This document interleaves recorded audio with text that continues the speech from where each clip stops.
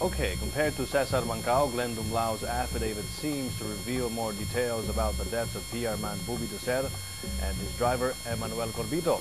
That's story number 7 from Andrea Bautista.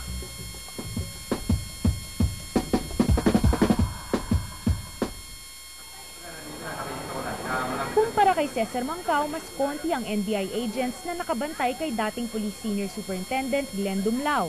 Pero kung ang kanilang affidavit ang pagkukumparahin, mas revealing ang laman ng affidavit ni Dumlao tungkol sa pagpatay kay Emmanuel Corbito at sa PR man na si Bobby Dacer. Dito inamin ni Dumlao na siya ang nagsagawa ng tactical interrogation kay Dacer nang kidnapin ito at dalhin sa Dasmariñas, Cavite. Siya rin daw ang nagsagawa ng surveillance kay Dacer bago ito dinukot at pinatay.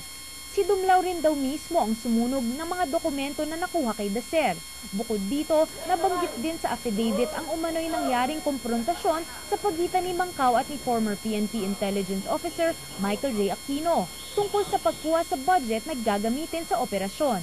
Tinanong daw ni Mancao kung ano ang pakay ng Special Operations. Sumagot daw si Aquino na si Dacer ang target ng operasyon at may go signal na ito sa Malacanang. Si Erap ang pangulo ng maganap ang Dacer Corbito murder. Nagtanong daw ulit si Mancao kung clear na ito sa boss nila na si 71.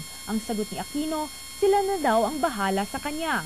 Base kay Dumlao, si 71 ay si dating PNP Chief Panfilo Lacson. Kanina nakaschedule sana ang panunumpa ni Glenn Dumlao sa affidavit niya, pero last minute, umatras ang kanyang kampo. Ang pagkakaalam raw kasi nila gagawin ng state witness si Dumlao sa kaso. Pero bakit daw hanggang ngayon, kasama pa rin siya sa listahan ng mga akusado? Humirit tuloy ang mga abogado ni Dumlao na pansamantalang munang ipostpone ang arraignment. Ikokonsulta raw muna nila ang kaso sa DOJ. Pag-aaralan pa sa ngayon ng mga abogado ni Glenn Dumlao ang kanyang affidavit. Ordinaryo man o state witness ang kanyang magiging katayuan, wala nang atrasan ang pagharap niya sa korte. Andrea Bautista, The Evening News.